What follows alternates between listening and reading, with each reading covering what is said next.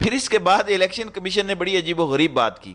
Chief justice نے جب پوچھا کہ کون سا جادو ہو جائے گا تو وکیل الیکشن کمیشن کہتے کہ ہم نے تو جسٹ تاریخ دی تھی, اس کا جائزہ لیں گے.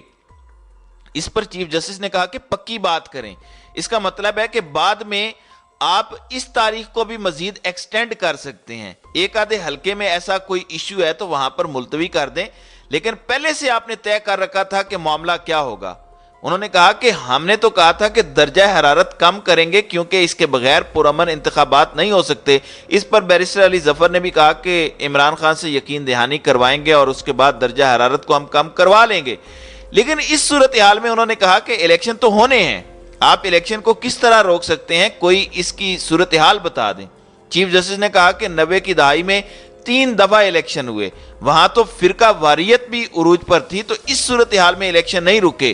دہشت گردی تو ہمارا مین ایشو رہا ہے اور یہ تو 20 سالوں سے چلتا آ رہا ہے. 2 اسمبلیاں تحلیل ہو چکی ہیں, آپ کو خفیہ اداروں کی جو رپورٹس ملی ہیں آپ اس کی کسی جگہ سے تصدیق کروا سکتے ہیں. جس طرح الیکشن کمیشن نے رپورٹ بتائی ہے, ایسا لگتا ہے کہ پاکستان کی صورتحال تو صومالیہ, یمن اور شام سے بھی بری ہے. لہٰذا اس صورتحال میں آپ نے کلیئرلی کہا کہ sector commander I S I نے بتایا ہے کہ کے پی کے میں کل عدم تنظیموں نے متوازی حکومتیں بنا رکھی ہیں, 2 مختلف دہشت گرد تنظیمیں متحرک ہیں, یہ ہو جائے گا وہ ہو جائے گا. لیکن چیف جسٹس نے کلیئرلی ریمارکس دیے کہ آپ کی رپورٹ اپنی جگہ ہے, یہ سارا معاملہ سالہ سال سے چل رہا ہے, لیکن ملک کی صورتحال بھی تو آپ دیکھیں, یعنی دہشت گردی تو ہوتی آ رہی ہے. آپ بتائیں کہ کچے کا آپریشن کب مکمل ہوگا؟ وہ کہتے کہ 6 مہینے لگیں گے دہشت گردوں کے ٹھکانوں کو تباہ کرنے میں. انہوں نے کہا کہ کیا 6 مہینے بعد دہشت گردی ختم ہو جائے گی, سارا کچھ ہو جائے گا, آپ اس کی گارنٹی دیتے ہیں؟ تو اس پر وہ وکیل چپ ہو گئے. یعنی اب ان کے پاس کوئی آرگیومنٹ نہیں رہا, کیونکہ چیف جسٹس نے کہا کہ الیکشن تو ہر صورت 2023 میں ہونا تھے, آپ کے پاس بجٹ میں اس کی کیا رقم نہیں دی گئی؟ اس پر وکیل الیکشن کمیشن نے کہا کہ ہمیں کچھ رقم دی گئی ہے اور بتایا جا رہا ہے کہ کچھ اور رقم جاری کی جائے گی, کچھ فنڈز ابھی جاری نہیں ہوئے.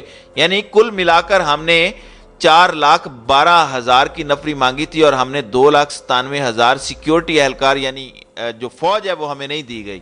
اس پر جسٹس منیب اختر نے کہا کہ آپ 8 فروری کے لیٹر پر انحصار کر رہے ہیں.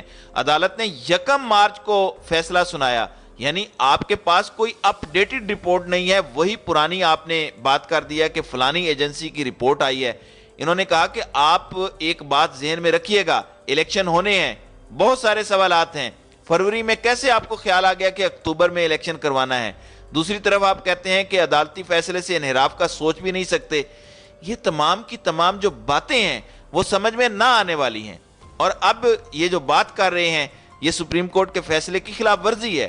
چیف جسٹس نے کہا کہ کوئی ایسی جماعت نہیں ہوتی جو انتخابات میں تاخیر چاہتی ہو, یہ معاملہ کلیئر ہے, آپ کو اگر ادارے معاونت کر دیتے ہیں تو آپ الیکشن کروائیں گے. یعنی جسٹس منیب اختر نے بھی کلیئرلی ان سے پوچھ لیا. لہٰذا اس صورتحال کے اندر جو آج کی سماعت ہے اس میں ایک چیز بڑی کلیئر ہو گئی ہے کہ الیکشن کمیشن کے پاس بتانے کے لیے کچھ تھا ہی نہیں, بس آئیں بائیں شائیں کرتے رہے کہ یہ ایشو ہے وہ ایشو ہے. انہوں نے کلیئرلی بات کی کہ دہشت گردی کی بنیاد کیا ہے, پوری دنیا میں دہشت گردی ہوتی ہے, الیکشن بھی ہوتے ہیں, ملک میں لوگ مارے جاتے ہیں, بے نظیر کو مار دیا گیا, کیا الیکشن کہیں دنیا میں رکے ہیں؟ یہ کوئی طریقہ کار ہے؟